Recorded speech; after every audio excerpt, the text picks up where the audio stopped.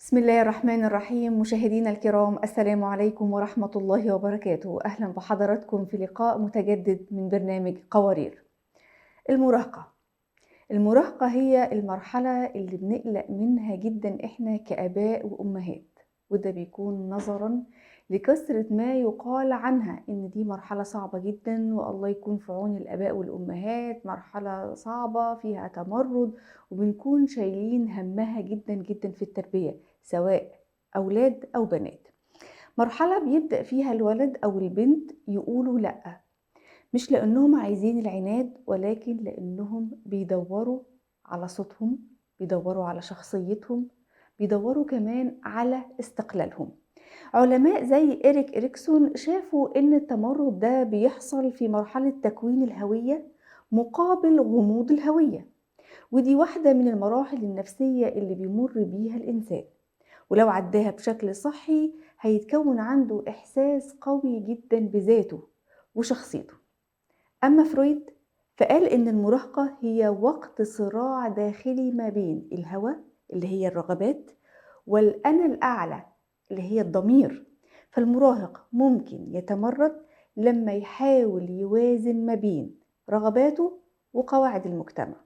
بس السؤال المهم هنا جدا جدا، فين الخط الفاصل ما بين الرغبة في الاستقلال وما بين التمرد اللي ممكن يكسر العلاقة اللي ما بين الأهل وما بين الأولاد؟ هل التمرد دايما خطر؟ هل دايما حاجة سلبية مفيش فيه أي إيجابيات؟ ولا ممكن نعتبره ده جزء طبيعي ومرحلة طبيعية في نمو أولادنا؟ وإزاي إحنا كأهالي آباء وأمهات نكون سند لأولادنا في المرحلة المهمة دي، مش عقبة في طريق نضجهم؟ بإذن الله تعالى في حلقتنا النهاردة هنتكلم عن التمرد عند المراهقين والرغبة في استقلالهم، ايه هي الأسباب والعلامات، وايه هي الطريقة الصحيحة اللي نقدر احنا كآباء وأمهات نتعامل فيها مع أبنائنا وبناتنا المتمردين في مرحلة مراهقتهم. هترد على كل التساؤلات دي بإذن الله تعالى ضيفتنا الفاضلة الدكتورة سناء أبو ليلى، المستشارة الأسرية والتربوية. السلام عليكم وأهلا مرحبا يا دكتورة سناء. أهلا وسهلا، حياكم الله إن شاء الله، وبضيوفكم الكرام مستمعينكم الكرام. حياكم الله، يسعدني أني أكون من رواد هذا البرنامج الثري إن شاء الله. أهلا ومرحبا بحضرتك، وإحنا تشرفنا وسعدنا بانضمام حضرتك لينا ولضيوف برنامج قوارير. بداية دكتورة سناء، هل يعد التمرد عند المراهقين سواء كانوا بنات أو أولاد دي ظاهرة طبيعية؟ وإزاي نميز ما بين التمرد الطبيعي للمراهقين والرغبة الصحية في الاستقلال؟ نفرق ما بينهم إزاي؟ تمام. أول إشي يعني سبحان الله، خلينا إحنا هيك ناخد شوية ريلاكس ونعرف إنه المراهقين هدول أبنائنا، مش قضية بس إنه تمرد أو يعني مراحل عمرية هم بمروا فيها، لأنه في قضية في حواليهم ظروف شوي اختلفت عن الظروف. كتير من الناس بتحكي لك إنه إحنا تربينا، إحنا إمنا. الآن موجود عالم السوشيال ميديا، عالم كتير كبير حواليهم. فلما بدنا نحكي إنه مثلا لفظ المتمرد، على إنه هو متمرد، بيتمرد على العادات، مرات يتمرد على التقاليد، يتمرد على الأشياء، لا، إحنا لازم نعرف المراحل النمائية أول إشي اللي هو بمر فيها. من ضمن المراحل النمائية اللي بمر فيها اللي هو الاستقلال. فإذا كان الأهل عارفين إنه في عنده نوع من الاستقلال، بحب يعني التقدير، بحب إنه يستشير حدا، بس ما يعني يكون في عنده لغة جسد قوية، يرفض كل إشي هو بيحكي، يحس حاله إنه إنسان مقدر في داخل البيت، هذا البيت بيته، في عنده انتماء لإله. وهذا كله بيجي من وين؟ من خلال الأهل. الأهل لما بيكونوا مع أبنائهم في، خلينا نحكي، مساحة من الصراحة، مساحة من الهدوء، مساحة من الراحة، بيقدر يعبر عن مشاعره، بيقدر يحكي الأشياء واللي بتمر معه بدون ما إنه يعني يحس حاله دائما متكركب وبده يخبي نص الحدث. فبالتالي إذا شعر بهذه مساحة الراحة، وإنه الناس اللي معه اللي هم الأهل قاعدين يعني بتفهموا هاي المرحلة العمرية، بحسوا إنه هو يعني مرات مش بتمرد، مرات بعلي صوته، لكن هو صوته عم يخشن. من مراحل النمائية صوته عم يخشن، فبعلي صوته فجأة، بصير تعلي صوتك علي، انت صوتك اعلى من صوتي. هو بكون نبرة الصوت شوي اختلفت اكثر ما انه يعني، عرفتي كيف، اكثر ما انه اي شيء ثاني. فاحنا بدنا نفرق بين ما انه هو بتمرد لانه هو يعني عم بيشوف عالمين مختلفين، عم بيشوف عالم اصدقاء بيعطوا تقدير، بيعطوا حب، بيعطوا كلام، بيعطوا شو هالشعر، شو هالسوارة، شو مش عارف بالظبط. ايش الاشياء طبعا اللي بترفضها العادات والتقاليد بالظبط. والدين والكذا وهيك. فتيجي عند مم. الام مثلا والاب بصير يقول لك انت طول ما انت عامل شعرك هيك او كذا مم. يعني ما بدنا. فهو بصير يتمرد على العيله، بقول لك هدول حابسيني، هدول مش حابسني. مخليني انا اعبر عن رايي، مش خليني مم. مثلا اعرف واحد هما مش اثنين ثلاثه. قابليني، هو بيحس بالقبول بره مع أصدقائه وبيحس بالرفض جوه مع أبوه وأمه. بالضبط، فهو رح يصير عنده ردة فعل شوية عكسية، إنه هو مش مقبول في الأسرة، فبالتالي وين المحل المقبول فيه اللي بيغذي فيه مشاعره الطبيعية مم. اللي هو مم. الاحتياج للتقدير، هم عالم الصحبة والعالم اللي برا. فبصير مم. يقضي معظم وقته برا، ويخلي الوقت القليل للعيلة، لأنه بقول لك أنا ما بدخل البيت ببلش ظبط قعدتك، ظبط وقفتك، إيه شو بتعمل، أيوه. ده خلصت دراسة. مم. فبصير المسألة إنها كلها فيها إنتهى سلطة الأوامر. وأوامر أكثر ما إنها. والأهل من حرصهم طبعا، أنا عارفة شو وجهة نظر الأهل بالتأكيد. طبعا، هم بيقول لك بدنا بالتأكيد. نربي، بدنا كذا، بدنا أولادنا يطلعوا أحسن أولاد، بدنا هيك. أيوه. بس بالمقابل إحنا بدنا أسلوب في التعامل، هذا اللي بيفرق. كلنا حريصين تمام. على أبنائنا، بالظبط. بس إحنا بالظبط. بدنا أسلوب في التعامل. طيب دكتورة، خلينا نتكلم بقى عن الأسباب اللي بتدفع المراهقين للتمرد على الأهل أو التمرد على القواعد الاجتماعية، التمرد على بعض الأعراف، وشايفين لا مش مشكلة إن أنا أعمل كده، أنا ممكن أعمل أي تصرف تاني، ولما يتقال له لا عيب ما يصحش ما ينفعش، إحنا يعني أسرتنا ما بتعملش الكلام ده أو مجتمعنا، فيبقى في حالة من التمرد العام على كل حاجة، على كل حاجة في البيت أو في المجتمع أو في الأسرة أو عادات وتقاليد. إيه الأسباب اللي بتخليه عندهم رفض وتمرد شديد كده؟ شوفي كيف هلا في عندنا احنا البيوت التنشئة الاجتماعية مختلفة، كل بيت له يعني طريقة. إمم. فمش الكل حيكون متمرد اكيد، يعني في عندنا خلينا نقول حالات ناس بتمشي بهاي الفتره، فتره اليافعين وفتره المراهقه بكل حلاوه. بكون يروح على مركز تحفيظ، بكون يحفظ قران، بكون يروح على ما شاء محل الله. رياضه، بكون يلعب تيكواندو، بكون معبي وقته، بكون كذا، ممكن يبدع، بالضبط. بكون في بالضبط. عنده اشياء يعني ذكاءات، في عنده كذا، معبي وقته بطريقه، وبتمر المراهقه تبعته سهله، بل مش بس إمم. سهله، كمان فيها انجاز وانتاج. ما شاء واحنا الله. اذا بنرجع كمان يعني للقديم على عهد الرسول صلى الله عليه وسلم، صلى لما الله يعني عليه قادوا وسلم. معارك كان 16 سنه، يعني لما إمم. الرسول صلى الله عليه وسلم يعني بعث بمعاذ يعني عليه السلام، فلما قال له يعني بعته يعني وهو عارف انه هذا العمر هو عمر المراهقه، نفس العمر إمم. على فكره. إمم. لكن لما انا بدي اعد بهيك، احنا هلا الان طبعا انا ما في مقارنه طبعا، لانه احنا من الجيل هلا جدا مختلف. مش يعني بدي احكي بس طبعًا. بدافع المجتمع، دوافع كثير متعدده إمم. اثرت عليه، فما بدي اقعد انا مش جاي اعقد مقارنه، بس عشان احكي انه هو في عندي شرائح الان بينجزوا بهذا العمر، وبالفعل بتالقوا بهذا العمر، وبكون امورهم كلها يعني كويسه في دافع الانجاز. ليه؟ اختلاف البيئة هاي الاجتماعية، إمم. الحاضنة الاجتماعية اللي لهم، يعني بصير هو يعني ما اللي بده يتمرد بهذا العمر بيكون شوي في بالبيت شوية تعقيدات نوعا ما. إمم. إمم. يعني كل إشي لا، كل إشي ممنوع، كل إشي ما بصير، آه. انتقاد آه. شديد إمم. منذ الطفولة لحد المراهقة. شو بيكون المراهق وصل لهي المرحلة، بلش كيف اللي بده يستد، يعني زي كده بده ينتقم. أنا إمم. بشوف كتير ناس في الاستشارات بيجوا عندي بيقول لي ما احنا بطلنا صغار، ما احنا آه. خلاص كبرنا، أي احنا كبرنا. كنا نستنى إمم. لما نكبر ونستقل، عشان خلص الواحد بكفي، هذا لا هذا ما بيصيرش، هذا انتقاد، هذا هيك هذا هيك. عشان آه. كنا بنقول احنا آه. الجلسات الحوارية اللي في أسرنا تكون إمم. جلسات هادئة، يعني طب يعني يا مطمئنة، دكتورة، يعني يعني معنى تكون. كلام حضرتك دلوقتي إن التمرد ده اللي ممكن بيمر بيه الأولاد والبنات في مرحلة المراهقة، الأسرة هي ممكن تكون سبب رئيسي من ضمن الأسباب اللي بتدفع الأبناء للتمرد؟ بالضبط، هي من ضمن الأسباب، من ضمن الأسباب، تمام.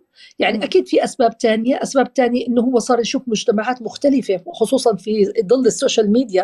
إمم. فصارت البنت تشوف البنت اللي بتلبس بدلات، واللي بتحط ميك اب، واللي بتطلع، واللي بتعمل شعرها، واللي بتسافر لحالها، واللي بتسوي كذا، أيوه. واللي هيك. أيوه. فبتيجي بتشوف هون على الاهل لا هذا كذا كذا، فتحكي لك ما هي الناس، انتم مش شايفين الناس العالم اللي برا، انتم مش بالضبط. شايفين الناس وين وصلت انتم. آه. فهذا وين بيكون في ضعف في قضيه مهمه جدا، اللي هي إمم. زراعه الوعي في التفكير منذ الطفوله حتى المراهقه. في عندنا احنا قيم، تعرفوا احنا المسلمين الحمد لله رب العالمين، في عندنا قيم بنحافظ عليها، في عندنا ثوابت بنحافظ عليها، في عندنا امور شرعيه برضه بنحافظ عليها. كل إمم. هاي من التربيه الاسريه، والتربيه طبعا اكيد بالمدارس، والتربيه كذا، المحاضن اللي بنحط ابنائنا فيها، واكيد بنحرص، كل ام بتحرص انه وين إمم. تحط ابنها. حتى لو انه في مسجد، لانه الناس في المساجد تحكي بطرق مختلفه. يعني بالضبط. اعرف مين اللي بيكون بالمسجد، ولا مين بيكون بمحل الرياضه، ولا مين الكوتش اللي بيلعب، ولا مين كذا. يعني لازم احنا زرنا في عالم كله يعني مفتوح. إمم. فكل هذه الامور تعتبر مؤثرات، وعدا عن تمام. الصحبه. يعني إمم. يمكن احنا ونرجع زمان، ومعنا ستات زمان بقول لك ما كنتش ابعت بنتي لما انا اروح على بيت صاحبتها واتعرف على امها، وبعدين اخذها معي بالضبط. واعرف مين طبعًا. البيت اللي بتدخله. طبعًا. الان صار بالمولات بتلاقوا الله اعلم مين هم الصحبه.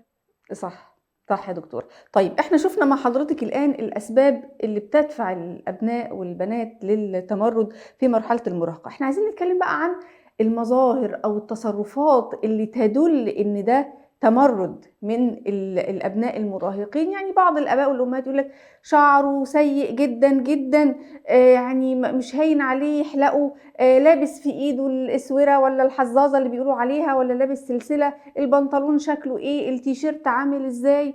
البنات لأ ده الحجاب فيه مشكلة، في حتّة من الشعر باينة، لأ ده مش عايزة تلبس فستان، ده عايزة البنطلون ده.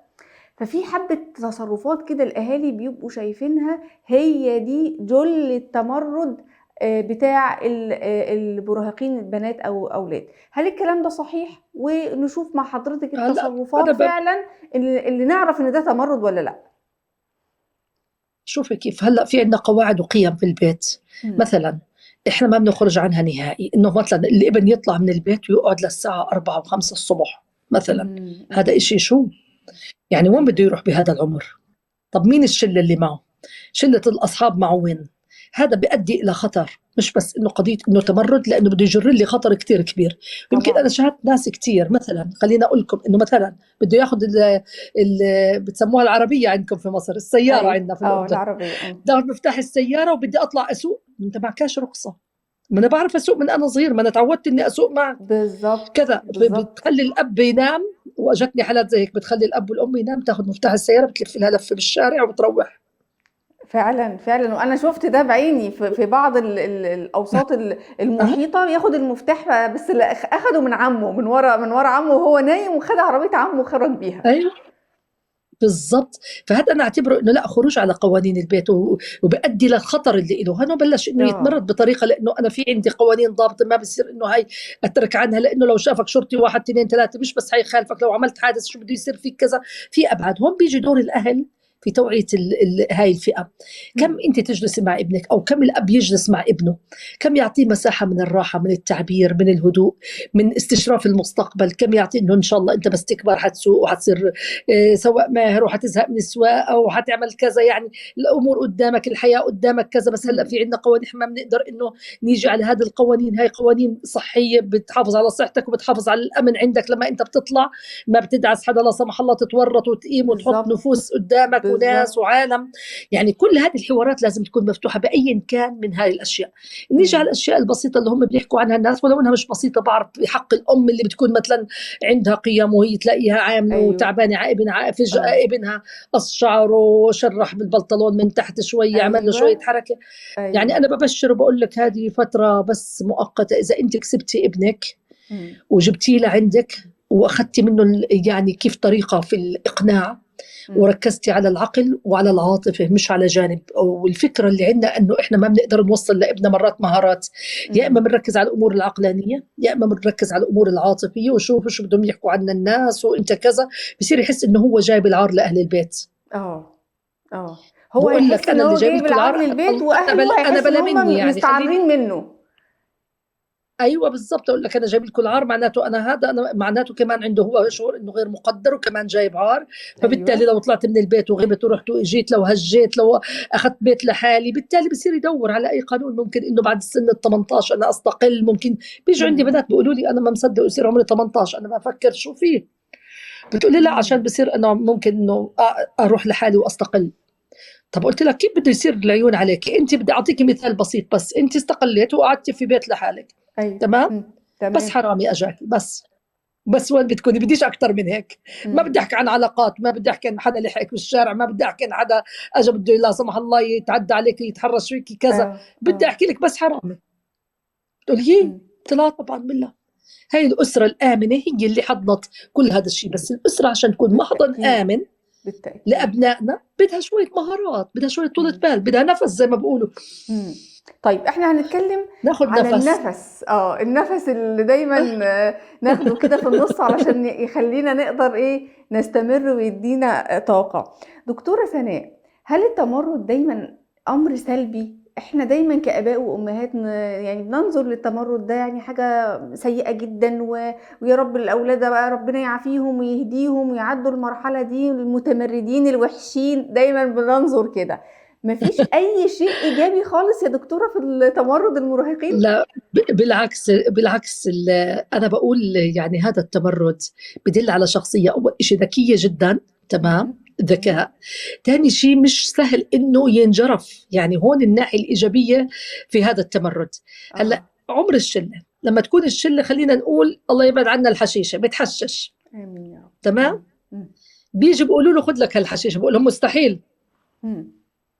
بالنسبة لهم هو متمرد، بالنسبة للشلة هو متمرد، لأنه طلع عن قوانين الشلة كلها. الشلة كلها بتأرجل، بتحشش، بتشرب مخدرات، بغض النظر بتعمل أشياء، بتتفرج على إباحيات، عندها سلوك معين. إجا هو مم. دخل بهذه الشلة، قعد شوية حبهم بتفنطزوا قاعدين وبضحكوا أمورهم طيبة، قال لك خليني أدخل شوية. فبلشوا يعرضوا عليه العروض الموجودة. شو العروض مم. الموجودة؟ مم. كل هالعروض سيئة اللي عندهم، دخان بس على هم حشيشة كلهم على يا دكتورة من متمردين، الصغير للكبير. يعني هم في المرحلة دي كلهم بيكونوا متمردين، يعني مش عارفة هل ده صحيح ولا لا، بس ان هو هم لما اجوا بيأثروا على وعاندهم، بعض. نعم بيأثروا على بعض، بس إذا هو عنده تمرد إيجابي وعنده عناد إيجابي وواضح إنه عنده مم. طريقة تفكير صح، هو حيرفض. فلما ايوه. حيرفض الشلة كلهم حيقولوا هذا متمرد، هذا عنيد، هذا طلع عنا، ما هينا كلنا زي بعض. ليش هو؟ لأنه هو عنده قيم. فلما تمرد على هذه المجموعة أو طلع عن هذه المجموعة، طلعته كانت طلعة إيجابية ترى، مو مم. طلعة سلبية. مم. لما يقدر يرفض للإشي الخطأ ويقول لا، المجتمع ممكن برا يقول عنه انه غير عنه، لانه اه. رايه مختلف. مم. عرفتوا كيف؟ الراي فهمت. المختلف بيعتبروه انه معاند، انه طالع عن الكذا، انه لا، مش اه. دائما الراي المختلف هو خطا. وما الراي المختلف في هاي الشله اللي كلها واحد اثنين ثلاثه هو الراي الصح، فهو اخذ الجانب الصحيح من هذا مم. التمرد، من مم. الصفه اللي كانت موجوده عنده. فاحنا دائما بنسميها عناد ايجابي وعناد سلبي. اه. وبنقول الشخصية الإنسان اللي بيمر في مراحل في عناد، وخصوصا إنه هاي المراحل بمر فيها الإنسان بهذه المرحلة، مرات بصير قضية إحنا بنسميها جكر مع الأهل. يعني اه. بصير يجاكر زيادة، بصير بده يعمل زيادة، لما كل أهله بالظبط. يحطوا قوانين أكتر هو بصير بده يطلع على القوانين مم. أكتر، لأنه ما مم. بيجي بهذا الأسلوب، هو عنده عناد. طيب وبيجوا هو ما الأهل بصير بيجيش، يعاندوا. حضرتك قلت هو ما بيجيش بهذا الاسلوب. احنا هنتكلم عن الاسلوب اللي المفروض نتبعه كآباء وامهات مع اولادنا، ولكن قبلها ايه يا دكتورة ابرز مم. الاخطاء اللي بيقع فيها الاباء والامهات او الاهل عامة لما بيشوفوا ابنهم او بنتهم المراهق او المراهقة متمردين؟ ايه ابرز الاخطاء اللي المفروض حضرتك كمستشارة تربوية ودكتورة في هذا المجال تقول لهم لا، توقفوا عن هذه الاخطاء؟ شوفي، أول شيء الأهل التسرع، العجلة، الحكم على الأمور باستعجال. مم. يعني أول ما يشوفوا ابنهم ببلشوا يصيحوا، ببلشوا يعني يلوموا، يعتبوا، يعني هذا الأسلوب ما حيجيب نتيجة. مم. هم مزعوجين طبعا، مزعوجين من السلوك اللي صار، فبيصب عليه وابل من الهجمة الشرسة، خلينا أقول من الأخ الأكبر والأخ الأصغر والأم شوية والأب شوية وكذا، بحس حاله زي كده صار في زاوية مغلقة. مم. هذه الزاوية المغلقة هترجعه نفس مجتمع الأصحاب اللي أثروا فيه، اه. وحترجعوا انه هون ما حدا فاهمه، بينما مم. الاصحاب هم اللي فاهمينه. فهي التروي، يعني سبحان الله، يعني العجله ابدا ابدا ما بتجيب نتيجه ولا باي منحى من مناحي الحياه. مم. حتى يعني لما قال سيدنا موسى عليه السلام وعجلت اليك ربي لترضى، قوم بعد عبدوا العجل. حتى العجله مم. هون يعني اساسيه، شرعيه وتربويه وكل شيء مم. ونفسيه. مم. فانت بدك تتروى شوي وتستوعب. ثاني شيء بدك توقف وقفه، والام توقف وقفه، انه هذا ابنها وهذا اسمه سلوك، والسلوك خارج عن الذات، هذه مم. الذات وهذه الصورة، لكنه هذا السلوك خطأ. فمش تقول له أنت صاير، أنت كذا، أنت هيك، أنت هيك، أنت باللغة الهجومية. مم. ثالث شيء، ما في عندنا أساليب مثلا زي أسلوب الرسول عليه الصلاة والسلام، أسلوب الضبط الله. بالكرامة. ترى. اه. هو يعني دايما احنا بنتوقع من ابنائنا، مثلا مرات انت بدل ما انك تعتب عليه وتلومه وتصيح فيه وتضربه، قد يكون مرات تقول له يعني انا اخر اشي كنت اتوقع انه انت تقوم بهذا التصرف، أمم. لانك انت كبير بعيني. أمم. شوف يعني هاي بتساوي عنده كتير وبتغير في سلوكه كتير. ومعك مجال انك ترجع تظبط خطأك، معك مجال انه هاد، بس هلا لازم نقعد ولما ترتاح ونحط النقاط على الحروف. أمم. خلينا نشوف شو الاسباب اللي دعت لهيك. ما هو راح يقول لك مش انا لحالي، هم كل اصحابي كلنا شله. أمم. ايوه. طيب ماشي، هلا احنا مع الشله يعني ولا مع الصح والخطأ؟ هو الشله كلها لو دبت حالها بالبير غرقت بغرق معها؟ أمم. ما انت غير، انت غير عنهم. انت والله يا ابني متعوب عليك، ابوك تعب عليك، امك تعبت عليك، وانت تعبت على نفسك. انت أمم. انسان مجتهد، انت انسان اطلع الاشي الخير اللي بجواته، ايوه. حمتص غضبه وخليه يرجع يحكي كمان وكمان. أمم. انا بدي اغير السلوك، انا ما ايوه. بدي اخلي السلوك موجود ويتفاقم السلوك ويخرج لبرا يصير يشكي لاصحابه ويقولوا سوي هيك وسوي هيك وتعال نام عندي وفوق السطح أمم. بتويني ايوه. وبتويك وفي المحل الفلاني بنسهر. يعني ايوه. كان يجيني ناس من خيرة الناس، بس لانه الاب رفضهم وصلوا انهم راحوا أمم. على اماكن، متخيله كيف؟ زي الكف شبات يعني. ايوه. وكان في غرفه نايم فيها، نفس الغرفه فيها مخدرات. اه. طب لو اجت كبسه عليهم حيقولوا مين بيصدق انه هو مش تبع المخدرات هاي؟ بالظبط بالظبط. يعني طلع من إشي وهو كان بيحفظ قرآن عند أهله، متخيلة كيف؟ وراح أمم. شوف لوين ما كان وين كان أمم. حينجر. من مشكلة سوء كبيرة. التعامل مع التمرد، من اه. تفاقم سلوك الآباء، من عصبية الأهل في التعامل معهم. لذلك إحنا دائما بنحكي عد طب للعشرة تنصحي وخذ الآباء نفس. والأمهات بإيه يا دكتورة واحنا بنختم حلقتنا النهاردة؟ نصايح مهمة جدا لكل أب وكل أم عندهم مراهق أو مراهقة يعني في مرحلة صعبة شوية، بيتمردوا. تنصحيهم بإيه؟ يتعاملوا إزاي بشكل تربوي صحيح علشان لا يكسروا أولادهم ولا يخسروهم؟ شوفوا كيف هلأ قضية مهمة جدا. هذا العمر هو بده صحبة مم. صراحة. يعني أدبوهم، يعني لعبوهم 7 وأدبوهم 7، تمام. السبعة الثانية اللي هي بعد 14 سنة شو بتصير؟ هذا قول علي بن أبي طالب. السبعة الثالثة شو بتكون عمر مم. المراهقة من 14 بقى كمان 7. يعني أنتم متخيلين كم؟ مم. فهي قضية مهمة جدا. هو هذا العمر بدك أنت تضلك ماشي معه في قضية الصحبة، لأن كل ما تترك له جسور الحوار، كل مم. ما تتعرف على مكنونات نفسه أكثر، مم. كل ما تتعرف على على المدخلات اللي بتدخل عليه، تمام. يمكن قطع أيوه. الخط ولا رجع؟ كل ما طيب المدخلات دكتورة اللي بتيجي دكتورة، أنا عليه. هستأذن اه حضرتك، هنعيد الجملة اللي في أول ما قطع فيها التسجيل. هنعيد الجملة اه وتقولي من أولها عشان احنا هنقطع دي في ان المونتاج. شاء الله، ان شاء الله. تمام، اتفضلي. الله يزيد فضلك. احنا نعطي للاهل اول شيء انه الصحبه، يعني لعبوهم 7 وادبوهم 7 وصاحبوهم 7. بعدين حيتزوجوا يطلعوا بيوت تانية أصلا، خلص يصير حياتهم مشيت. فقضية الصحبة مهمة جدا جدا. الصحبة بتعني إنه هو حيجد راحته عندك حتى لو أخطأ. مم. لسه يعني كنت بعطي محاضرة حتى عن الإباحيات، كيف الإنسان يعني هي أقوى إشي، تمام. وكيف مم. أنا أستوعب اللي قدامي حتى لو بتفرج إباحيات، كيف مم. أقدر أعالجه، كيف أقدر إنه أعمل 1 2 3. فهذه قضية مهمة جدا للآباء. سعة النفس، القراءة عن المرحلة العمرية، مم. تمام. الصحبة مهمة جدا. فتح جسور الحوار والراحة والصراحة. شعور منك التقدير، من الأب التقدير، ولو كان سلوك احنا بنطفي في شيء اسمه بعلم النفس الإطفاء. نطفي مم. السلوك السلبي بتعزيز السلوك الإيجابي، مم. تمام. فلما يجي تمام. يقعد بقعدة جماعية نقول له والله أنت يعني ما شاء الله لما بتقعد بتضيف علينا بالقعدة كتير. مم. هو صار ينبسط في القعده بالاسره، صار يحب انه يروح ابكر، لانه في مدح، لانه في كذا، لانه في شعور بالتقدير. لما يصير في مشكله في البيت، مم. وكلنا يعني الا البيت ما بتخلى، انت شو رايك؟ بحس رايك حكيم. لما يصير في مجموعه قاعده من الناس وهيك، والله الحمد لله انا فخور في ابنائي. هو بيسمع، مم. هو بحس انه انسان مقدر بداخل بيته اكثر ما كان مقدر في داخل بيته.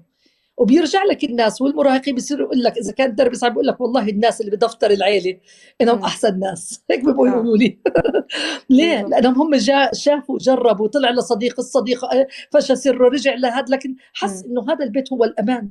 فهون بدنا نكون مصدر للأمان لأبنائنا ونكون إمم. إحنا نشتغل على حالنا بالوعي، نعرف إمم. المراحل العمرية شو الأشياء تمام. النمائية اللي بمروا فيها إمم. ونصاحبهم نكسبهم. بكرة هيتزوجوا هيصير كل واحد في بيت وهم ضيوف علينا أصلا، يعني نكرم بالضبط. ضيوفنا إن شاء الله بالضبط يا ونعينهم دكتورة. على أنا برنا. باشكر يعني حضرتك نعينهم على جدًا، برنا، لإن أنتم إحنا متخيلين فعلًا كيف؟ محتاجين أولادنا إحنا يعني نصاحبهم، ومحتاجين إن إحنا نكون أمانهم، أعيد؟ طيب. دكتورة، الحقيقة أنا باشكر حضرتك، وفعلًا زي ما حضرتك قُلتِ إن إحنا محتاجين إن إحنا نكون أمان أولادنا، وإن إحنا نكون سَنَد ليهم، وإن إحنا نحبّبهم في وجودهم داخل البيت، علشان ما نخلّيش أي شيء برّه هو اللي يسحبهم وياخدهم مننا، وللأسف الشديد نرجع بعد كده نندم إن أولادنا مش بيحبّوا القعدة في البيت، وبدأوا يتمردوا علينا، لإن للأسف الشديد زي ما حضرتك ذكرتِ إن الآباء والأمهات أوقات بيكونوا سبب من ضمن أسباب تمرُّد أبنائهم. الدكتورة سناء أبو ليل، المستشارة الأسرية والتربوية، باشكر حضرتِك جزيل الشكر على وجودِك معانا، شرفتينا ونورتينا. نسأل الله سبحانه وتعالى أن يحفظ أولادنا وأولاد المسلمين أجمعين، ويعيننا على تربيتهم على الوجه الذي يرضيه عنا يا رب العالمين. انتهت حلقة قوارير اليوم، وإلى أن نلقاكم نترككم في رعاية الله وأمنه، والسلام عليكم ورحمة الله وبركاته.